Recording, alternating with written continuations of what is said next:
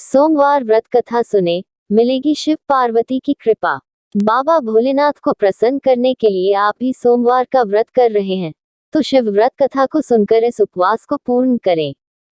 सोमवार व्रत की विधि। नारद पुराण के अनुसार सोमवार व्रत में व्यक्ति को प्रातः स्नान करके शिव जी को जल और बेलपत्र चढ़ाना चाहिए तथा शिव गौरी की पूजा करनी चाहिए। शिव पूजन के बाद सोमवार व्रत कथा सुननी चाहिए। इसके बाद केवल एक समय ही भोजन करना चाहिए। साधारण रूप से सोमवार का व्रत दिन के तीसरे पहर तक होता है, मतलब शाम तक रखा जाता है। सोमवार व्रत 3 प्रकार का होता है: प्रति सोमवार व्रत, सौम्य प्रदोष व्रत और 16 सोमवार का व्रत। इन सभी व्रतों के लिए एक ही विधि होती है।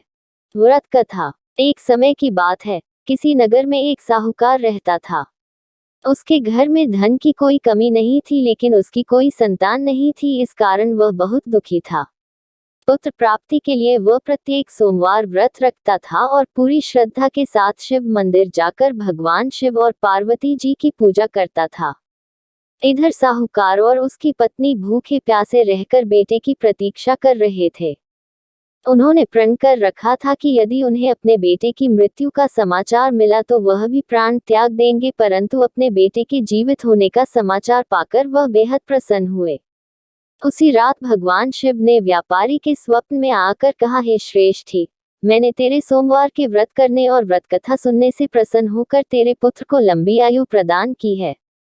इसी प्रकार जो कोई सोमवार व्रत करता है या कथा सुनता और पढ़ता है, उसके सभी दुख दूर होते हैं और समस्त मनोकामनाएं पूर्ण होती हैं।